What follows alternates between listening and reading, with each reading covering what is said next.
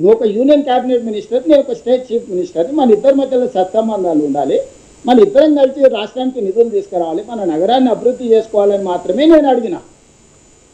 కేసీఆర్ నిన్న అంత మాట అంటే పల్లెత్తు మాట అనలేదు, కన్నెత్తి కేసీఆర్ చూడలే ఆ రోజు కిషన్ రెడ్డి గారు. నేను ఏమనుకుందే ఎదురు దుంకుతున్నాడు, దెబ్బలు కొడుతున్నాడు, తొడలు ధరుస్తున్నాడు, నీ సంగతి తెలుస్తా అంటుడు. ఎరో నేనేం చేసిరా నాయన. మళ్ళీ దానికి తోడు ఆ పక్కన రామచంద్రరావు గారు, ఛత్రపతి సినిమా చూసిరు ఎవరైనా? వేణుమాధవ్ అపరిచితుడు వేసమేసి అందరినీ బెదిరిస్తుంటారు రామాచారి. రామచంద్రరావు గారు అట్లా నన్ను బెదిరిస్తుండే, నీ సంగతి చూస్తాను. నీకు సూట్ అవ్వదు రామాచారి గారు, ఎందుకు? అది నీకెక్కడ సూట్ అవుతుంది? నేనేమన్నా పోనీ, నేను ఎవరినేమన్నా. నేను ఇప్పుడు కూడా మీడియా మిత్రుల ద్వారా ఒకటే చెప్పదలుచుకున్నా, ఫేజ్ 1 మెట్రోను మేము కొనుగోలు చేసుకుంటున్నాం, మా డబ్బులే కట్టుకుంటున్నాం, మా గ్యారంటీలే ఇచ్చినాం.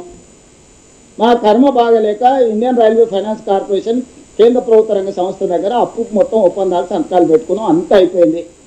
మేము మా మార్జిన్ మనీ డిపాజిట్ చేసినాం, వాళ్ళు పెట్టిన కండిషన్లన్నీ ఒప్పుకున్నాం, అన్ని సంతకాలు పెట్టుకున్నాం, అన్నీ ఉన్నాయి. ఈరోజు చివరి రోజు నిధుల విడుదల.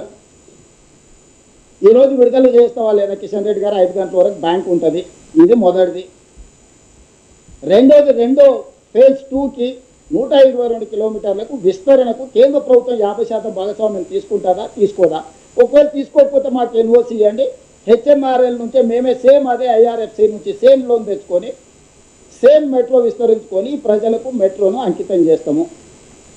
ఇంతకుమించి నాకు నీకు గట్టు పంచాయతీ ఏ పంచాయతీ లేదు కిషన్ రెడ్డి గారు. మీ పట్ల నాకు గౌరవం ఉంది, అదే సమయంలో మీ పట్ల అసహనం ఉంది. మీరు ఎందుకు కేసీఆర్కు భయపడి లొంగిపోయి ఇట్లా వ్యవహరిస్తున్నారో మీ భయానికి కారణం చెప్పు. కేసీఆర్ ధైర్యం చూసుకొని నందించే బదులు నేను నీకు అండే నిలబడతా కేసీఆర్ని బెదిరి.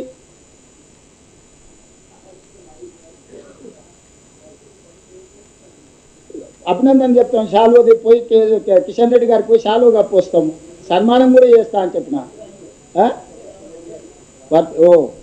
జన్మదినం పప్పానం పెడతా కిషన్ అన్నకు. మా అక్క చెప్తుంది, పుట్టిన కాడికి ఏమైనా చెప్తే జన్మదినం రోజు ఇంకా మంచిదని.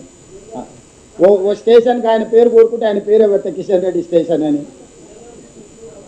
ఎందుకంటే మాయావతి విగ్రహాలే పెట్టుకుంది, నువ్వు బలి ఉన్నావు. మాయావతి ఉత్తరప్రదేశ్లో పార్కులు కట్టుకుంది, విగ్రహాలు పెట్టుకుంది. కిషన్ అన్న పేరు పెడతా. నాకు కూడా కిషన్ రెడ్డి గారు బాగానే పరిచయం, మీకు అందరు తెలుసు కదా. నాకెందుకు ఆయన మీద పట్ల వ్యతిరేకత? కలిసినే చెప్పిన కింద సమస్యలు ఉంటాయి కదా, అది దాన్ని ఏందో చూడు అంటాడు కదా. ఎక్కడ ఏ కనెక్షన్ చేయడం సర్క్యూట్ అవుతుంది, ఇన్కేబుల్ ఎక్కడెక్కడ కనెక్ట్ అవుతుందో తెలుసుకోలేదు శివరాజ్. కేటీఆర్ దీంట్లో కిషన్ రెడ్డికి అంత తెలియలేదు పాపం. అంత అంత అంత అంత అంత శ్రమ కూడా చేసేంత ఇది ఉన్నాడు కాదు.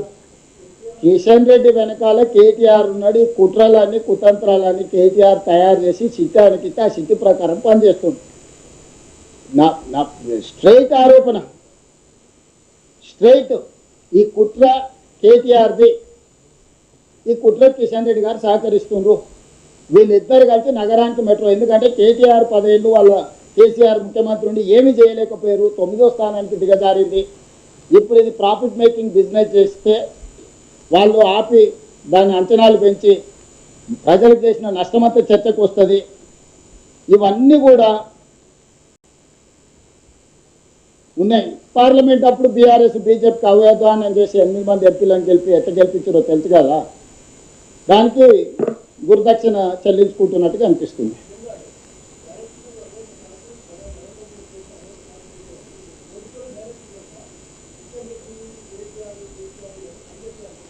రాములు గారు ఇప్పుడు మా జిల్లా పార్టీ ప్రెసిడెంట్ ఉంటాడు, ఆ జిల్లా నుంచి ప్రతిపక్షానికి సంబంధించిన ఎంపీనో ఎమ్మెల్యేనో ఉంటాడు. వచ్చి నాకు మా జిల్లా పార్టీ ప్రెసిడెంటో లేకపోతే మా ఎమ్మెల్యే చెప్పింది ఏంటనా లేకపోతే అవతల చెప్పింది ఏంటనా. ఈరోజు సమాజంలో ఏం నడుస్తుంది? మొదటి ప్రాధాన్యత మన వాళ్ళకే ఇచ్చుకుంటాం కదా.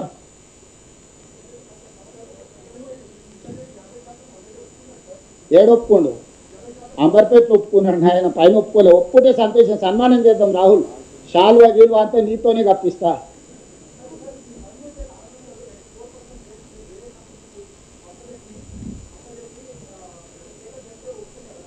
అంటే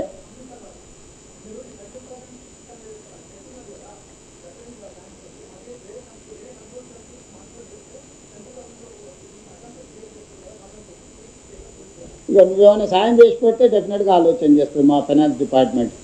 ఇప్పుడు ఆల్రెడీ అయిపోయిన దాన్ని ఎందుకు అమలు చేస్తలేవు అని అడుగుతున్నాను. కొత్త కొత్త ప్రతిపాదనలు తెస్తే నువ్వే వేరే దగ్గర తెచ్చుకుంటాను కదా, మాతో అవసరం ఏముంది అంటాడు. నువ్వు కిషన్ రెడ్డి గారికి తప్పించుకొని దారి ఎత్తుకుతున్నట్టుంది రాహుల్, పెట్రోల్ ఎత్తుకొని ఎక్కినట్లేదు. అందుకే ఈరోజు మొదటి దాని కింద దీనికి వచ్చిన మొదటి మళ్ళీ చెప్తే ఇవాళ అవి మిక్స్ చేయకండి. ఇవాళ ఓన్లీ మెట్రో గురించి మాత్రమే ప్రశ్నలు అడగండి, మెట్రో రిలేటెడ్ వాటికి సమాధానం చెప్తా. మీరు మిగతా అన్ని విషయాలు ఇందులో గందరగోళానికి చేయకండి. ఓన్లీ మెట్రో టేక్ ఓవర్ చేయడం, దాని ప్రత్యామ్నాయం ఎత్తాలి. ఇప్పుడు లోను ఇవ్వకపోతే మనకు బయట లోన్లు ఇస్తారు, కాకపోతే అది 8.9% తెచ్చుకుంటే మళ్ళీ నష్టం అనేది మొదటికి వస్తుంది. ఇప్పుడు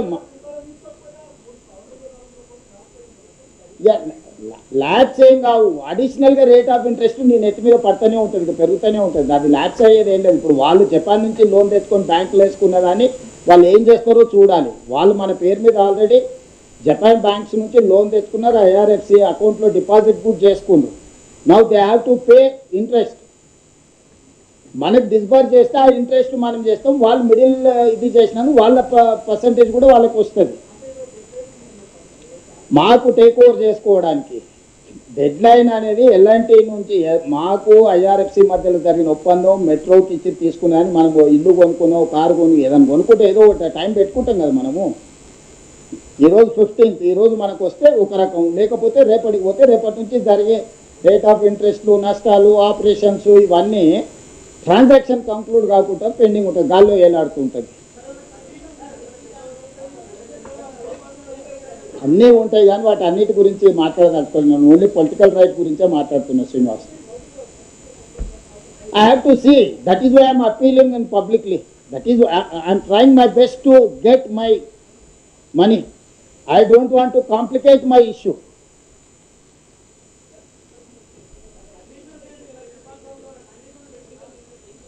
ఏ టెక్నికల్ రీజన్ చెప్పడం లేదు. ఇక నేను కొంత ప్రైవేట్గా మాట్లాడి నేను ఇక్కడ చెప్పడం బాగుండదు. అది నైతిక ధర్మం కాదు, రాజకీయ ధర్మం కాదు. నాకు చాలా విషయాలు తెలుసు. నేను చాలా మందిని కలిసి వచ్చిన, సంబంధిత మంత్రులందరినీ కలిసిన, ప్రధానమంత్రి గారిని కూడా కలిసిన, చాలా మందితో నేను మాట్లాడవచ్చిన. నేను రాజకీయంగా కొన్ని ఎథికల్గా వ్యవహరిస్తా. సో నేను ఎథికల్గా కొన్ని ఇష్యూస్ నేను చెప్పదలుచుకోలేదు. చెబితే అది బాగుండదు. టూ ప్రైవేట్ ఇండివిజువల్స్ మధ్యలో జరిగిన డిస్కషన్ని డిస్క్లోజ్ చేయడం అనేది ఎథికల్గా కరెక్ట్ కాదు. అందుకోసమని నేను ఏ అంశాలు మాట్లాడతలేదు. జస్ట్ కిషన్ రెడ్డి గారిని లోన్ రిలీజ్ కావడానికి నిన్నే ఎందుకు అడుగుతున్నావు నీకు అనుమానం రావచ్చు. నువ్వు యూనియన్ క్యాబినెట్లో తెలంగాణ స్టేట్ నుంచి క్యాబినెట్ ర్యాంక్ మినిస్టర్ ఉన్నావు కాబట్టి నిన్ను అడుగుతున్నావు. రేపు పొద్దున్నే మోడీ క్యాబినెట్ విస్తరించి నిన్ను తీసేసి ఈటల రాజేందర్ గారిని మంత్రి చేసిండు అనుకో, ఆటోమేటిక్గా రాజేందర్ గారిని వెళ్ళి అడుగుతా. ఆయన కాన్స్టిట్యున్సీకి కూడా మెట్రో వస్తుంది కాబట్టి.